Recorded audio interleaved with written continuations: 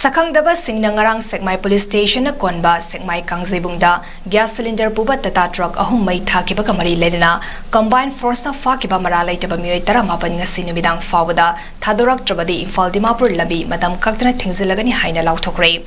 Coordinating Committee of Awang Sekmai and Kangla Dombi Kanbaluf Amadi Awang Sekmai gi Kunja Singnangasi Sekmai Keitel dangarang fakiba maralai zadraba mioi tara mapan thadoko haiduna Coordinating Committee Amadi Awang Sekmai gi Kunja Singna protest tawraba matungda manipur lengak nangasi numidang fawada fazan kriba mioi sing condition amata yauduna thadorok trabadi Imphal Dimapur Lambi hayengdagi matam kaktana thingjillagani haina waref lauduna hayengdagi matam kaktana ban tawragani haina lauthokhibani. Hagriba, equity, Ichin, announcing Sibu Satamate Yaudana condition of the Yaudana, Hadopi, Haidana, Sarkari, Makonda, equity media, Truda, Hajeribese, Mashida, Karigumba, the Sarkana, Hadopi, Tabatarabadi, Hayeng the Gihona, equity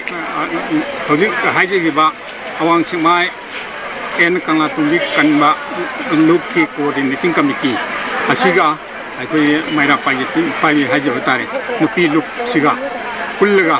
I could the area Sida, Haying the Gi, Matam Kaktana, Ban Taurani, and I could Yamna Tuna Tadopi, I could Casito Jero, I do Tadopi, I could Haying the Gi, Ban Taurani.